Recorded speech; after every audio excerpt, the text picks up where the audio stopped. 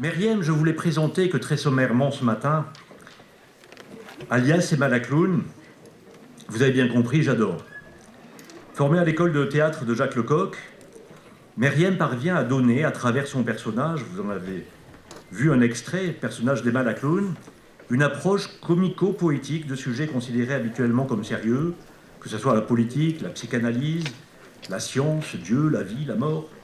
Un regard décalé, moi j'adore, qui nous interpelle et nous fait réfléchir. Durant des années, une fois par mois, Salgavo à Paris avec son air faussement naïf et ses questions parfois déconcertantes, mais dans une atmosphère aussi complice que bienveillante, elle a initié une causerie avec des experts de tous horizons. Je me souviens en musique de Nathalie Dessay, de Juliette, d'Anne Kefelec. Je me souviens en physique d'entretiens très sympas avec Étienne Klein, en astrophysique avec Hubert Reeves, et j'en oublie d'autres, mais j'en ai vu pas mal. Causerie destinée en fait à favoriser par le burlesque la diffusion du savoir. Sur le thème de la partance, il y a plus de 2 ans maintenant, lors des dernières assises, elle nous avait fait rire de la mort prochaine. Je l'avais vue dans un spectacle, La mort, même pas peur. J'avais adoré, arrivé à sourire. Je m'étais dit, ces assises sur la partance qui vont un peu plomber l'atmosphère, soit je mets des cordes dans l'entrée pour que chacun se pende en partant, ou je distribue quelques cachets, soit je demande à Emma de venir, et j'ai opté pour la dernière solution. Et j'étais ravi de la retrouver ce matin, comme comparse pour cette causerie, autour d'une histoire toute personnelle du vêtement. Et là, je suis enchanté de la revoir avec François Ormand. Je suis en train de me préparer discretos avant que tu me présentes. Oui, mais C'est pas... gonflé. Ils m'ont pas regardé, ils étaient totalement focusés sur toi. Ah oui? Ah, c'est gentil ce que Oui, tu dis. oui, bah oui. Je savais pas que j'arrivais à capter... Non mais t'attires la lumière. Oui, je savais pas ça, que j'arrivais à capter. Si, donc continuez à me regarder. Dire ce plaisir d'avoir ces 2 personnes, Emma et François Ormand, que vous avez vu tout à l'heure. C'est qui découlé le François? Il est parti, ça y est, il a eu François, peur. non, il est allé... C'est qui découlé? Voilà. Je l'ai vu tout à l'heure, il m'a dit, je vais faire une signature. Eh ben voilà. Et ben voilà. Bon, on va essayer de... Escape Man. Je vais le rappeler pour qu'il vienne un peu disserter avec toi et nous parler de la vêture dans le monde politique. La vêture, c'est ça le sujet. Non mais c'est bien que tu me dises. Alors normalement, on voit ma cravate, ça m'ennuie, mais avec le micro, ça fait moche, non? Non, ça va très bien. Non, ça fait moche. Ah oui, non, c'est très bien. Non, t'es pas en retard, c'est pas comment. J'appelle François parce que là...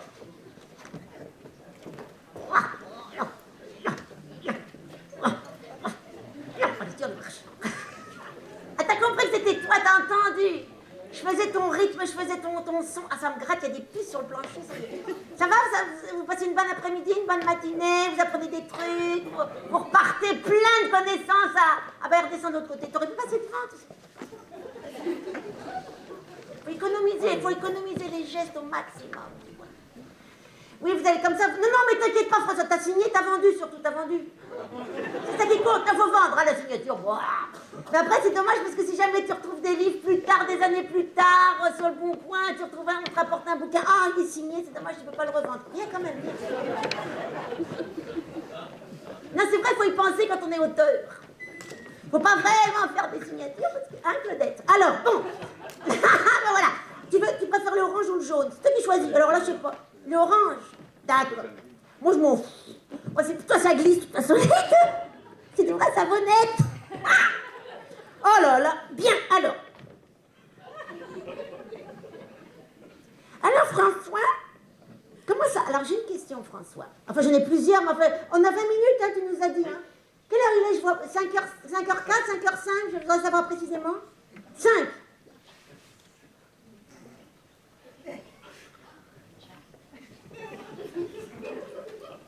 Ça fait déjà 30 secondes de perdu. Alors François, moi je voudrais savoir, t'es professeur en sciences politiques. C'est ça ton titre, on appelle ça un titre? Voilà. On appelle ça un titre. Alors pour devenir professeur en sciences politiques, t'as pas besoin de faire de la politique? Non, c'est pas nécessairement recommandé. Et pourquoi t'as pas de micro? Bravo Jacques, ne bouge pas. Non, on a quelqu'un pour ça. Ah, assieds-toi. Je me soumets. Mais non, te soumets pas, mais je t'économise le geste. Hein, pas mal. Il a allumé au moins Jacques? Oui. T'es allumé? Parle. Vous m'entendez? Camille. Jacques. Oui. Mais attends, il y a un truc, il y a un bouton. Non, il y a un bouton. Voilà. Ah bah c'est pas le même, je connais pas celui-là. Tiens. Technique. T'avais dit que t'étais pas un historien, t'es pas non plus un technicien, Jacques. Ah non, Mais t'as des compétences en C'est chirurgie. bon. Alors, ça marche ou pas? Oui. Merci Jacques. Oh merci Jacques. Alors, je m'appuie sur ma question. Ah oui, mais t'as pas fait de politique pour faire sciences politiques, j'espère. Enfin non, je veux dire, c'est une question. T'as fait de la politique pour faire sciences Non, politiques? jamais. Non. T'as pas besoin d'être cobaye ou quelque chose? Non. Simple observateur de la politique. De la politique, alors excusez-moi, mais la politique, t'as commencé où? Ça commence au grec? Ça commence quand? T'as Oui, commencé enfin, à étudier à partir de quand? à partir de quand j'ai commencé à étudier la politique? J'ai des souvenirs, en fait, déjà quand j'étais en primaire. C'est vieux. Pendant les élections présidentielles de 1974, ça rappelle peut-être des souvenirs à certains, j'avais des camarades de classe déjà en primaire qui portaient des t-shirts Giscard à la barre. Oui, ils faisaient de l'accordéon. Voilà. C'est sympa, l'accordéon, Et sympa. déjà, ça m'étonnait cette forme d'engagement politique qui s'exposait comme ça. Ah oui, des jeunes, tu veux dire des primaires? Ouais, ouais.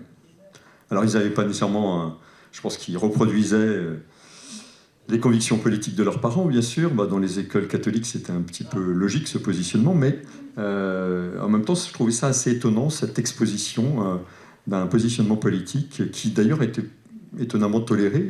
Je pense qu'aujourd'hui, ça ne le serait plus. Si. Il faut vouloir en même temps porter un t-shirt. Est-ce qu'il y a une censure? Moi, je m'adresse à Jérémy qui a peut-être un regard plus... La psychanalyse peut-être plus, je sais pas, battez-vous, mais... Ouais. D'accord, vous avez entendu? C'est pas grave, c'est pas intéressant. Après. Non, c'est pas...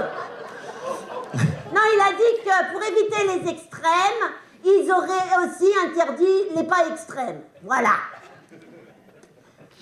C'est une façon de niveler et Ouais. d'évacuer le problème. Merci Jérémy pour la participation. Alors non mais alors excuse-moi, ça se trouve c'était des enfants qui étaient en opposition avec leurs parents communistes, qui avaient Giscard en t-shirt. On peut imaginer ce scénario, mais je ne pense pas qu'il soit très vraisemblable. Non. Et alors donc tu disais qu'est-ce que c'est que ça quoi? Oui, ça m'intriguait un petit peu cette forme de politisation. Alors peut-être que je me crée rétrospectivement. À mon avis, je suis en train de réécrire une histoire. Là. C'est pas nécessairement des souvenirs, de faux souvenirs, mais je pense que je reconstruis ma... Tu peux inventer. Oui. Invente. Je pense qu'il y a de ça. C'est une forme de réinvention ou de réécriture a posteriori de quelque chose, sans doute, de cet ordre. Et donc tu t'es dit à ce moment-là, ça m'intéresse, en fait ils auraient eu Spirou, ils auraient eu Mickey, t'aurais peut-être pas fait sciences politiques, tu veux dire? Peut-être. T'aurais Qui fait sait. banquier, je sais pas, t'aurais fait quoi? Oui, comme Macron. Voilà, c'est ça. Non mais en fait, mais en quoi, je veux dire, y a pas un truc qui fait que t'as... C'est pas ça qui a déclenché quand même un désir de devenir professeur en sciences politiques? S'agit-il d'une vocation ça me paraîtrait excessif de parler de vocation. Mais t'es content de ce que tu fais quand même? Bien sûr, bien sûr. Ça t'intéresse? Je pense, à minima. Enfin, j'espère que j'ai pas eu l'air trop désintéressé tout à l'heure dans ce que je faisais. Mais on ne fait pas tout par vocation. On le fait aussi pour un certain nombre d'intérêts intellectuels, par exemple. Et alors, et adolescent, t'as pas vu, il y a pas un truc qui t'a fait un choc, genre, je sais pas, un défilé, un truc qui a fait que le vestimentaire... Si, bien sûr, le mouvement punk dans les années 70, bon, on est bien éloigné du Giscard à la barre. Hein. C'était 2 ans plus tard, l'émergence du punk, mais bon, ça a quand même marqué une génération, un minima.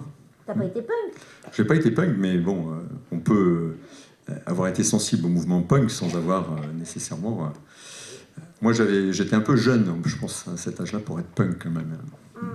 Alors, Mais c'est... Bon. Pardon, non, vas-y, c'est intéressant. vas-y. Non, mais, et tu danses, d'accord. Et donc, alors, je situe le primaire, tac, tu vois Giscard là, en t-shirt sur tes camarades, des garçons Voilà, plutôt. après, des je filles, vois des Jimmy garçons. Roten avec un autre type de t-shirt, oui. Et après, tu fais quoi comme... Regarde pas sur ma jupe, là.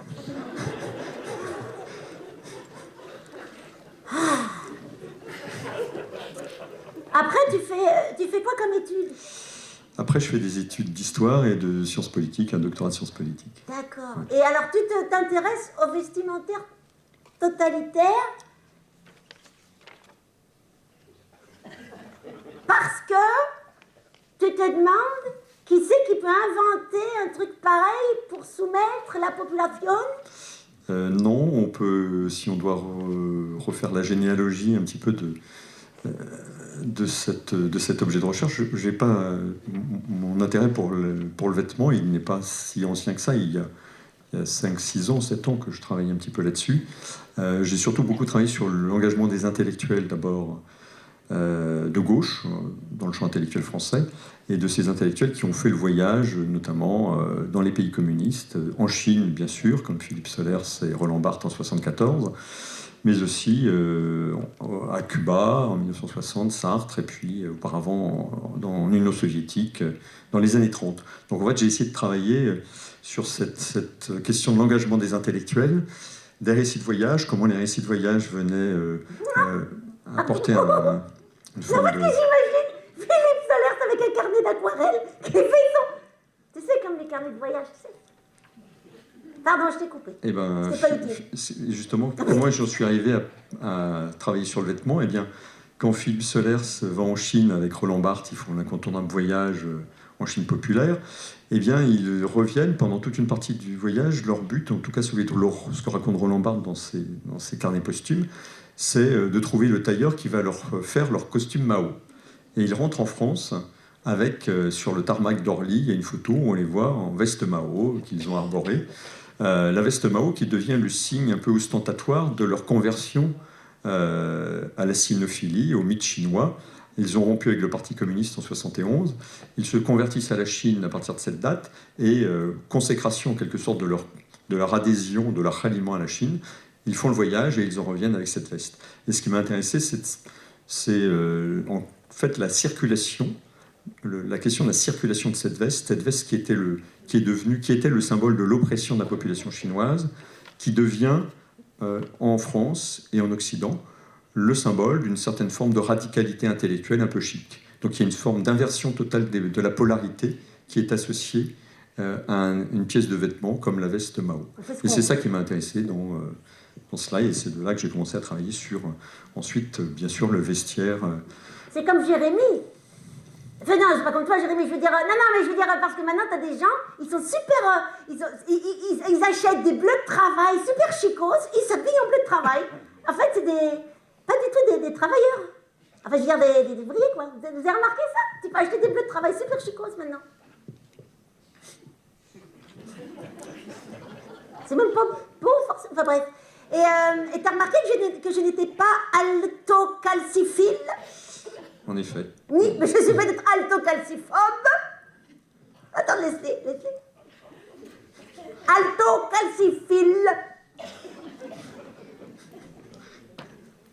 Ah ah! Je pense qu'il y a des altocalciphiles ici. Femelles. Explique ce que c'est parce qu'ils sont perdus. Ah ben, l'altocalciphilie, c'est la passion pour les talons aiguilles et de préférence pour les stilettos, les talons qui font plus de 7 cm. On voyait tout à l'heure les fameux stilettos Louboutin avec leur comment ça s'appelle, rouge, la semelle rouge. Et donc c'est évidemment un marqueur spécifique évidemment du chausseur Louboutin. Donc l'altocalciphilie, c'est cette passion que peuvent avoir certaines femmes pour les talons aiguilles. Ça, c'est dingue, je veux dire. Qui c'est qui a inventé ce mot-là, je veux dire Et en politique, il a utilisé le stiletto? Oui, enfin, il l'est moins aujourd'hui qu'à une certaine époque. J'ai un petit peu travaillé sur, justement, des femmes politiques en talons aiguilles qu'on a vu apparaître, notamment pendant le quinquennat de Nicolas Sarkozy. Je ne sais pas si vous vous en souvenez. Un certain nombre de... Ah, il avait les talonnettes, il fallait faire le même niveau à côté, forcément. Il fallait s'adapter. Avec un certain nombre de femmes politiques dont Nicolas Sarkozy va assurer la promotion. Nathalie Kosciusko-Morizet, Rachida Dati et Ramayad.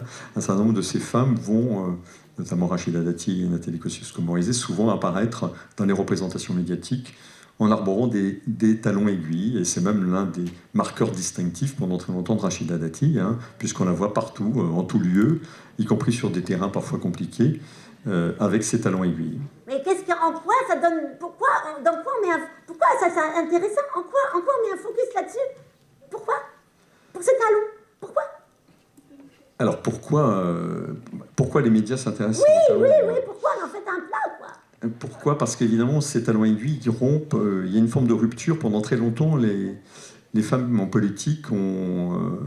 la question de l'apparence en politique, elle est évidemment très importante. Ah ben oui. Pour les femmes, beaucoup plus d'ailleurs que pour les hommes pendant très longtemps, parce que pour les femmes politiques, l'apparence peut être à la fois un atout.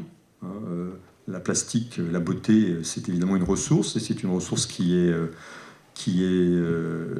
potentiellement riche de retombées, y compris en politique, comme dans la plupart de la vie sociale. Hein. Donc il y a une plus-value esthétique qui est associée à la beauté, mais le risque pour les femmes politiques, c'est évidemment d'être enfermées dans leur apparence, et d'être réduites à leur apparence, et d'être suspectées aussi d'avoir réussi grâce à leur apparence. C'est tout un certain nombre, hein, de rivaux de Rachida Dati qui laissaient entendre que finalement, si elle était arrivée là, c'était grâce à Au talon. Non, au bon vouloir du président, au bon vouloir du prince, et qui suspectait Rachida Dati d'être une courtisane, une intrigante, etc. Donc on voit bien qu'il y a un péril pour les femmes de jouer en politique pendant très longtemps, et donc pendant très longtemps, les femmes politiques ont gommé en quelque sorte leur apparence. Elles ont endossé un vestiaire assez neutre, tailleur pantalon, chaussures plates, pour ne pas justement donner prise à un certain nombre de suspicions de ce type. Mais avec Rachida Dati, Nathalie Kosciusko-Morizet, on assiste à l'émergence d'une nouvelle génération de femmes qui vont utiliser d'une certaine façon leur apparence, leur plastique aussi, comme une ressource à part entière dans le combat politique qu'elles entendent mener. Voilà. Et donc le talon aiguille, là-dessus, il joue un rôle un peu particulier parce que les objets, bien sûr, les chaussures sont des objets, mais qui ne sont pas inertes, mais qui peuvent changer de signification selon les contextes. Un stiletto dans une soirée mondaine, c'est tout à fait compréhensible. Rachida Dati sur le pavé de Lourdes ou en campagne pour les élections avec ses stilettos, ça l'est moins. Et donc, en fonction des lieux, les objets se parent de connotations plus ou moins positives ou négatives. Et pour ces femmes politiques, finalement, arborer des stilettos, c'est aussi une façon, peut-être ça a été une façon pour elles, d'affirmer une sorte de girl power, d'affirmation de soi, par le biais de, finalement, en utilisant des talons aiguilles qui, jusqu'alors, étaient refoulés dans le champ politique. Enfin, Et alors, moi, par rapport au costume du monsieur politique, parce que les uniformes, j'ai pas pu regarder toutes les photos, ça me faisait trop peur. J'ai pas aimé. Enfin, j'ai pas ces photos là. Oh, ces photos. Oh. Mais aujourd'hui, je pourrais dire que le costume, avec la cravate, l'espèce de truc tout gris foncé qu'ils ont tous là, moi, c'est une forme d'uniforme qui est un petit peu terrorisant aussi, quelque part. Je veux dire, ça a l'air souple comme ça, mais derrière, il y a un autoritarisme. Pas tant. Si? non, peut-être pas un autoritarisme. Non, mais un truc, tu vois, où ça en impose, quoi. Après, la vie politique, elle impose un certain nombre de respects de conventions sociales, politiques, en termes de présentation de soi. Oui. C'est-à-dire qu'on parlait ce matin, quand on s'habille le matin, on se prépare, on est dans une logique, ce qu'a bien montré par exemple Erving Goffman, la mise en scène de la vie quotidienne. Il n'y a pas de... la présentation de soi n'est jamais neutre, il y a une forme de théâtralisation plus ou moins poussée dans la vie quotidienne, mais les hommes politiques, comme les femmes politiques, sont assujettis au regard normatif des électeurs. Donc ils doivent se fondre dans une relative indistinction, ne pas trop se faire remarquer, en tout cas sur le plan vestimentaire, et donc pendant très longtemps, en effet, le costume-cravate, ça a représenté le standard pour les hommes politiques On leur demande, dans leur représentation. Il y a un costumier qui est là et qui dit, bon, maintenant, là, mardi, bon, vous mettez celui-là, mercredi... Non, ils sont libres un peu de... Enfin, on va pas parler de François Fillon, mais ils sont libres... J'espère qu'ils ont eu, cette liberté de Oui, choisir... ça va, mais on leur demande ça quand même, mais c'est ça. Et après, il y a la qualité des étoffes, en effet, il y a le sur-mesure qui intervient pour, Ça, comme c'est autant pas de obligatoire, marqueurs. on leur demande pas d'être sur mesure, quand même. Non, comme Pas autant de obligé, marqueurs quand même. subtils, comme autant de marqueurs subtils de la différence qu'ils peuvent avoir. Oui. Et alors, j'avais une autre question pour toi, en tant que spécialiste du vêtement autoritaire d'un totalitarisme. Qui c'est qui invente ces costumes-là? Je veux dire, est-ce que les gens totalitaires, est-ce que les fascistes, mais les gens comme ça, là, les chefs, quoi, ils demandent à un costumier, à un styliste, excuse-moi, est-ce que tu peux nous faire le costume de l'uniforme? Est-ce que tu peux nous créer l'uniforme, s'il te plaît? Est-ce qu'il y a quelqu'un qui est avec un patron et... Tu comprends la question? Est-ce que tu comprends la question? Oui, je comprends bien. Merci. Oui, Parce que j'arrive pas à aller jusqu'au bout, parce que tu l'as comprise. Alors, oui, il y a alors, quelqu'un qui est payé, enfin qui est payé ou non, pas nécessairement, mais après, il peut y avoir, si dans la mode soviétique, on l'a vu, il y a des comités qui légifèrent sur ce que peuvent ou pas porter, par exemple, les populations. Oui. Après, il peut y avoir quand même... alors, sur le cas des chemises brunes, on voit bien comment il y a une forme de récupération, d'opportunisme économique qui va ensuite métamorphoser cette chemise en un symbole du nazisme.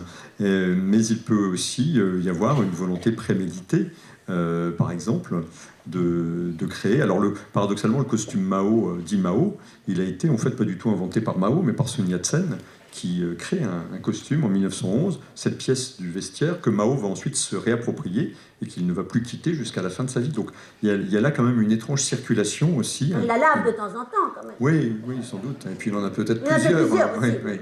Une déclinaison. Oui. Donc les choses ne sont pas figées, mais il y a toujours des transferts qui s'opèrent. C'est pour savoir, en fait, la question derrière la question. Il y a toujours avec moi des questions derrière les questions. C'est qu'en fait, ils demandent, voilà, alors on aimerait bien que tu nous crées un costume, un uniforme. Réponds, il n'y a pas de problème. Un uniforme qui fait peur. Qu'est-ce qu'ils leur demandent? Ils demandent, parce que le but, c'est quand même de faire peur, de faire peur, quand même. Non, pas nécessairement, non. Non, parce que là, dans les États... Non, pas nécessairement. Dans les États totalitaires, comme on le voyait tout à l'heure, l'idée, c'est de... Ces uniformes, ils sont aussi... Enfin, moi, il me fait peur, c'est pour ça. Ils sont en phase avec l'esprit de l'époque. Il y a un élément essentiel de contextualisation. C'est après la Première Guerre mondiale, donc il y a le souvenir des tranchées, le poids de l'uniforme et le prestige qui peut être aussi associé à l'uniforme qui est aussi vecteur de virilité, etc. Donc il y a tout un ensemble de qualités qui sont moins évidemment perceptibles aujourd'hui, mais qui l'étaient à l'époque, et qui créditent ceux qui portent un uniforme d'un certain nombre de ces qualités de virilité, de masculinité, etc. Et l'uniforme lui-même, le port d'un vêtement, a aussi cette capacité à façonner les attitudes. C'est-à-dire qu'on ne se comporte pas de la même façon en fonction des... Tu le sais bien. Oui, bien sûr. Bah, Tu ne oui. serais pas la même... Bah non, je ne serais pas avec sans... une crénoline et puis une barre au milieu. Là, voilà, donc l'uniforme ou le vêtement contribue à construire le rôle social que l'on... Oui, mais l'uniforme totalitaire, il a quand même fait le truc, il faut que ce soit le pli du pantalon bien repassé, quoi. Il faut que ce soit droit, il faut que ce soit, c'est pas... Par exemple, je sais pas pourquoi, c'est quoi j'ai fait un parallèle absurde, mais pourtant peut-être pas tellement absurde, c'est que je me suis dit, tiens, finalement, l'uniforme totalitaire, c'est un petit peu comme une espèce d'architecte, celui qui a construit, par exemple, les tours de la Défense, par exemple. C'est un petit... Moi, j'aurais appelé ça l'attaque, pas la défense. Parce que c'est quand même très... Enfin, parce que s'il avait voulu faire de la défense, il aurait fait du rond, tu vois, du rond, il aurait fait du rond, tu vois, du rond, quoi. Et tout ça, c'est quand même le milieu de la finance et tout ça, des trucs un petit peu guerriers, quoi. Oui, mais tu attires l'attention sur un point, en effet, c'est que il y a un imaginaire d'ordre qui est présent, d'austérité, de rigueur, dans ces uniformes, une forme d'invariant des uniformes totalitaires, d'ailleurs la mosaïque, c'est les valeurs d'ordre, d'uniformisation, d'homogénéisation, et donc c'est pas en effet totalement déconnecté en effet de l'ambition de ces États que d'imposer un ordre totalitaire sur l'ensemble des populations. Et l'avenir, tu le vois comment, toi? Vestimentairement? Vestimentairement, bien sûr. Non, surtout pas écologiquement, parce qu'on a foutu, pas peine. Mais non, mais moi, vestimentairement, un truc. Tu vois, comment tu le vois, par exemple, là, au niveau de la contestation, on pourrait dire, tu vois ce que je veux dire? Je veux dire, comment on peut contester? Comment, voilà. Tu sais à quoi je fais référence? Non. Ah oui, les gilets jaunes. Hein? Les gilets jaunes. Les gilets jaunes, par exemple, la contestation, tout ça. C'est une forme d'uniforme de contestation. Oui, alors les gilets jaunes, c'est un phénomène extrêmement intéressant. Comment une pièce utilitaire, ce gilet présent dans tous les véhicules, comment ce gilet jaune, qui a priori, Jacques évoquait la couleur du jaune, qui est une couleur, comme l'a montré Michel Pastoureau aussi dans son livre, qui est une couleur qui est peu usitée et qui n'avait jamais été usitée ou très peu sur le plan politique, parce que c'est la couleur des traîtres, hein, des briseurs de grève, c'est la couleur des cocus, etc. Donc il y a toute une chape de connotations négatives qui est associée au jaune. Et en même temps, ces gilets jaunes, ils vont utiliser cette pièce de vêtement qui est présente dans tous les véhicules pour en faire le symbole de leur contestation, au point même que le mouvement prendra le nom du gilet. Donc il y a un élément, le gilet jaune devient l'expression métonymique, si l'on peut dire, de la contestation tout entière.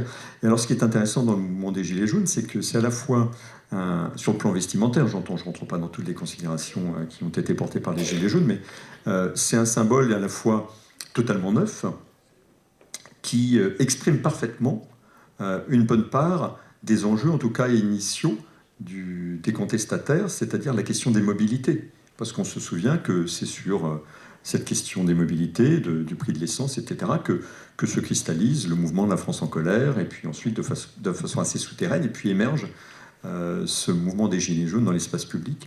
Et donc, il y a à la fois le mouvement des Gilets jaunes, il y a une forme de sérialité. Les Gilets jaunes sont produits en série, c'est un produit qui est peu coûteux, qui est relativement dévalué, qui est classiquement un signal de détresse ou de danger, hein, dans le milieu professionnel aussi, et sur la route, et qui, à ce titre, exprime bien les préoccupations de cette France contestataire qui se manifeste à cette occasion. Et ces gilets jaunes, néanmoins, je ne sais pas si vous l'avez remarqué, souvent ces gilets jaunes vont être personnalisés. Il va y avoir des graffitis, des slogans, il y a une forme de customisation du gilet jaune qui souligne la volonté pour les gilets jaunes de s'approprier cet élément qui autrement renvoie à une sérialité tout à fait désincarnée. Et donc il y a une forme d'investissement de soi qui s'opère dans le gilet jaune et par le gilet jaune. Donc il y a une sorte de tension, en quelque sorte, entre une logique sérielle, désindividualisante, et une volonté d'appropriation personnalisée du gilet jaune, où les gilets jaunes, finalement, de façon très cursive, parce que l'espace est extrêmement restreint sur le dos d'un gilet jaune, hein. On ne peut pas dire grand-chose, on ne peut pas exprimer grand-chose, mais on a quand même des sortes de micro-récits qui s'exposent sur le dos des gilets jaunes. Les gens font référence à leur situation. Je me souviens, il y a un livre qui est sorti, d'ailleurs, qui s'appelle Plein le dos, et qui recense 365 dos de gilets jaunes, et qui montre bien à la fois toute la palette des attentes, des revendications des gilets jaunes, qui est extrêmement mosaïque d'ailleurs, et en même temps la façon dont s'exprime une forme de détresse parfois personnelle. Je me souviens d'un gilet jaune, une gilet jaune qui avait écrit « Chaumelise en fin de droit ». Enfin, il y a toute une expression de soi qui s'opère aussi par cette espèce de support surface un peu inattendu que devient le gilet jaune dans l'espace public. Ben voilà, je trouve que c'est une belle conclusion, hein. Moi, j'ai rien d'autre à demander à François, mais si jamais vous avez d'autres questions, ben, vous les gardez pour vous, en fait. Merci. Merci.